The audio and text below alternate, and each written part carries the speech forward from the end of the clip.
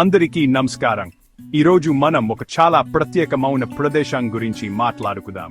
ఇది మన చరిత్ర, మన భక్తి మరియు ప్రకృతి అందం అన్ని కలిసే ఒక ప్రదేశం. ఈ ప్రదేశాన్ని తిరుమలయ గుట్ట అని పిలుస్తారు. ఇది తెలంగాణలోని వనపర్తి పట్టణం దగ్గర ఉన్న ఒక అందమైన కొండ. ఇది కేవలం ఒక కొండ మాత్రమే కాదు, ఇది చాలా మందికి లోతైన అర్థాన్ని కలిగి ఉన్న ప్రదేశం. ఇది ఒక పురాతన ఆలయానికి నిలయం. ఇది పచ్చని అడవికి కూడా నిలయం.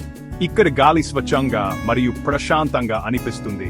ఇది ప్రశాంతమైన క్షణం లేదా తమకంటే గొప్ప దానితో అనుసంధానం కోరుకునే ఎవరికైనా సరైన ప్రదేశం. వనపర్తి మరియు చుట్టుపక్కల గ్రామాల ప్రజలు ఈ కొండను చాలా పవిత్రంగా భావిస్తారు. శ్రీ వెంకటేశ్వర స్వామి స్వయంగా ఇక్కడ నివసిస్తున్నారని, ఈ భూమిని మరియు దాని ప్రజలను ఆశీర్వదిస్తున్నారని వారు నమ్ముతారు. వారికి తిరుమలయ గుట్ట సందర్శనం కేవలం ఒక ప్రయాణం కాదు, ఇది ఒక పుయాద. వారు ఇక్కడకు వచ్చి తమ ప్రార్థనలు సమర్పించడానికి, తమ కుటుంబాలకు ఆశీస్సులు కోరడానికి మరియు మన బిజీ రోజువారీ జీవితాల్లో కనుగొనడం కష్టమైన ప్రశాంతతను అనుభవించడానికి వస్తారు. కొండ యొక్క సున్నితమైన వాలు, పురాతన రాళ్లు మరియు చెట్ల గుండా వీచే గాలి అన్ని కలిసి ప్రతి సందర్శకుడి హృదయాన్ని తాకే నిజమైన ఆధ్యాత్మిక వాతావరణాన్ని సృష్టిస్తాయి. ఈ కొండ యొక్క ప్రాముఖ్యత కేవలం మతానికి మించి విస్తరించి ఉంది. ఇది మన స్థానిక వారసత్వానికి ప్రతీక. ఈ ప్రదేశం యొక్క కప్పలు మన తాత నుండి మరియు వారి తల్లిదండ్రుల నుండి మనకు సంక్రమించాయి. ఇది మనల్ని మన గతాన్ని కలుపుతుంది మరియు సమాజాన్ని తీర్చిదిద్దిన సంప్రదాయాలను గుర్తు చేస్తుంది. మనం ఈ కొండపై నడిచినప్పుడు శతాబ్దాల క్రితం మన పూర్వీకులు నడిచిన అదే నేలపై నడుస్తున్నాము.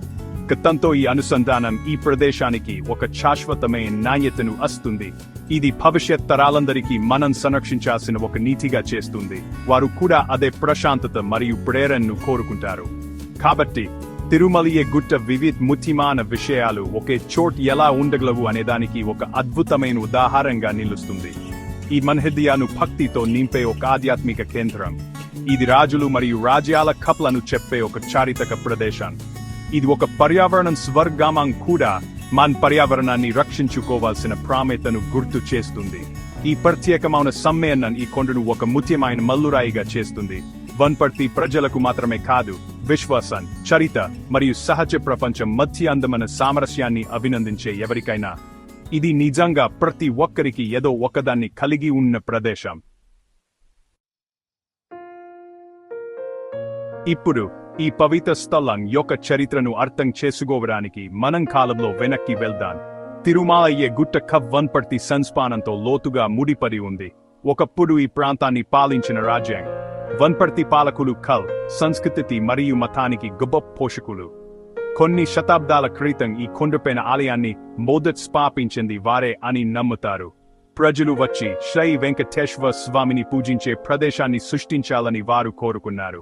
వారి రాజ్యంపై దృష్టి సారించిన ఒక ప్రశాంతమైన కొండ, స్వర్గానికి దగ్గరగా ఉన్న ప్రదేశం. ఈ స్థలం జాగ్రత్తగా ఎంపిక చేయబడింది. ఆలయం దాని సరతలో కూడా పురాతన నిర్మాణ శైలికి ఒక అద్భుతం. ఇది ఒక గొప్ప ఎత్తైన నిర్మాణం కాదు, కానీ ఒక వినయపూర్వకమైన మరియు శక్తివంతమైంది. ఇది కొండపైనే దొరికిన రాళ్లతో నిర్మించబడింది. ఇది భూమి నుండి స్వచ్ఛంగా పెరిగినట్లు కనిపిస్తుంది. నిర్మాణ శైలి ఆ కాలపు కళాకారుల నైపుణ్యాల గురించి మనకు చెబుతుంది. వారు ఈ ఆలయాన్ని తరతరాలుగా నిలబడేలా నిర్మించారు. దాని చల్లని రాతి గోడ లోపల నిలబడి మీరు దాదాపు పురాతన మంత్రాలు మరియు ప్రార్థనల ప్రతిధ్వనులను వినవచ్చు.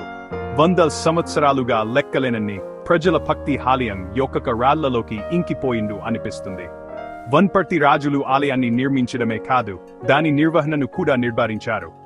రోజువారీ ఆచారాలు మరియు ప్రత్యేక పండుగలు ఎటువంటి అంతరాయం లేకుండా నిర్వహించబడేలా వారు గ్రాంట్లు మరియు నిబంధనలు చేశారు. ఈ రాజ్పోష తిరుమలయ గుట్టను ఈ ప్రాంతంలో ఒక ప్రముఖ ఆధ్యాత్మిక కేంద్రంగా స్థాపించడానికి సహాయపడింది. స్థానిక జానపద కథలు రాజులు ఆలయాన్ని సందర్శించడం, యుద్ధానికి వెళ్లే ముందు లేదా కొత్త ప్రాజెక్ట్ ప్రారంభించే ముందు ఆశీస్సులు కోరడం వంటి కథలతో నిండి ఉన్నాయి. ఈ కథలు కొండ యొక్క గుర్తింపులో భాగంగా మారాయి. దైవిక ఉనికిని భూమి యొక్క రాజ్ చరిత్రతో చాలా బలంగా అనుసంధానించాయి.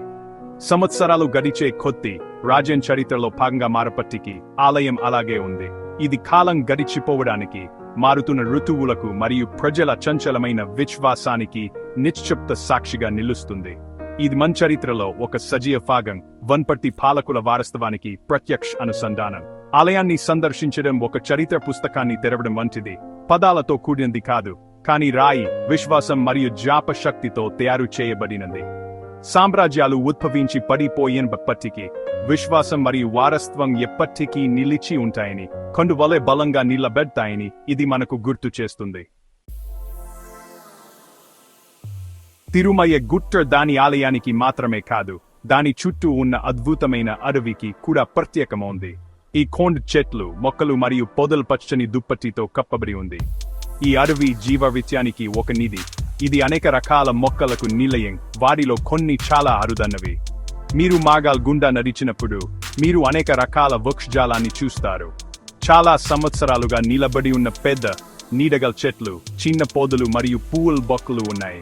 ఈ పచ్చని ఆవరణ కొండను చల్లగా మరియు గాలిని తాజాగా ఉంచుతుంది. ఇది ప్రజలకు మరియు జంతువులకు ఆరోగ్యకరమైన ప్రదేశంగా చేస్తుంది. ఇక్కడ కనిపించే అనేక మొక్కలలో విషద గుణాలు కలిగినవి చాలా ఉన్నాయి. తరతరాలుగా స్థానిక వైద్యులు మరియు పెద్దలు ఈ ప్రత్యేక మొక్కల గురించి తెలుసు. జ్వరాన్ని నయం చేయడానికి ఏ ఆకులను ఉపయోగించవచ్చు, కడుపు నొప్పికి ఏ వేర్లు సహాయపడతాయి, మరియు ఓదార్పు బాల్సమ్స్ తయారు చేయడానికి ఏ పువ్వులను ఉపయోగించవచ్చు అని వారికి తెలుసు.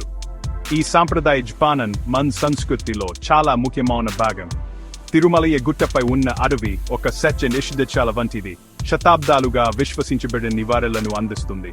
ఇది మూలిక ఇష్టాల సజీవ గ్రంథాలయం, మరియు ఈ అడవిని రక్షించడం అంటే మనం ఈ పురాతన జ్ఞానాన్ని కూడా రక్షిస్తున్నాము. ఈ అడవి అనేక పక్షులకు మరియు చిన్న జంతువులకు సురక్షితమైన నివాసాన్ని కూడా అందిస్తుంది. మీరు నిశ్శబ్దంగా కూర్చుంటే మీరు వివిధ పక్షుల అందమైన పాటలను వినవచ్చు. మీరు రంగురంగుల రెక్కలతో కూడిన సీతాకోకచిలుకలు పువ్వుల నుండి పువ్వులకు ఎగురుతూ ఉండొచ్చు. ఉడుతలు మరియు కుందేట్లు వంటి చిన్న జంతువులు తరచుగా చెట్ల మధ్య ఆరుగుంటూ కనిపిస్తాయి. ఈ గొప్ప వన్యప్రాణులు కొండను సజీవంగా మరియు శక్తివంతమైన పర్యావరణ వ్యవస్థగా చేస్తాయి. ఈ జీవుల ఉనికి అడవి ఆరోగ్యంగా ఉందని మనకు చెబుతుంది. అవన్నీ ఒక సున్నితమైన సమతుల్యతలో భాగం, మరియు కొండ వారికి నగరం యొక్క శబ్దం నుండి దూరంగా జీవించడానికి మరియు వృద్ధి చెందడానికి సరైన ఆయారాయాన్ని అందిస్తుంది. ఈ సహజ అందం తిరుమల గుట్ట సందర్శనను అద్భుతంగా పునరుజ్జీవింపజేసే అనుభవంగా చేస్తుంది. ఇది ఆధునిక జీవిత ఒత్తిడి నుండి తప్పించుకొని ప్రకృతితో అనుసంధానం అయ్యే ప్రదేశం. ప్రశాంతమైన వాతావరణం, స్వచ్ఛమైన గాలి మరియు అడవి యొక్క అందమైన దృశ్యాలు మరియు శబ్దాలు మీ మనసును ప్రశాంతంగా ఉంచి మీ ఆత్మను ఉద్ధరించగలవు. ఇలాంటి పచ్చని ప్రదేశాలు ఉండటం ఎంత ముఖ్యమో ఇది మనకు గుర్తు చేస్తుంది. కొండపై ఉన్న అడవి కేవలం చెట్ల సమూహం కాదు, ఇది ఈ ప్రాంతం యొక్క పచ్చని హృదయ స్పందన. సందర్శించడానికి వచ్చే ప్రతి ఒక్కరికి జీవితం, అందం మరియు శాంతిని అందిస్తుంది.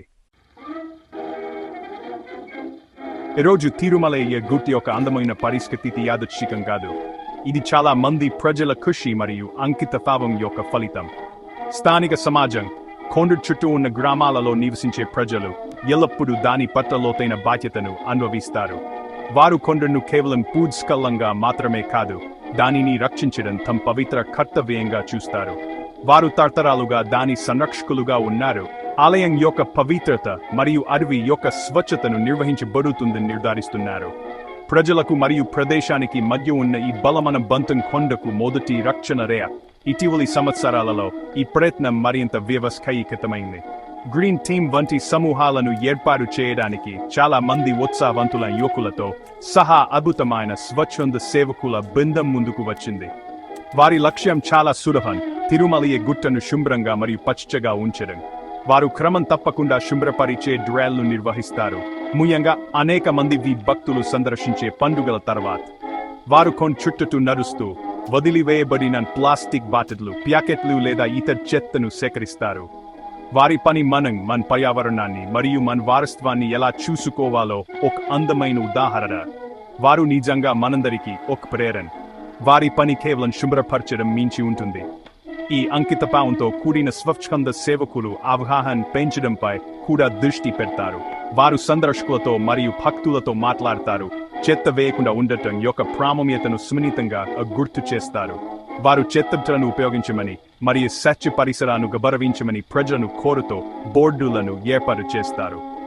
వారు అడవిని మరింత దట్టంగా మరియు ఆరోగ్యంగా చేయడానికి కొత్త మొక్కలను నాటడంపై కూడా పని చేస్తారు.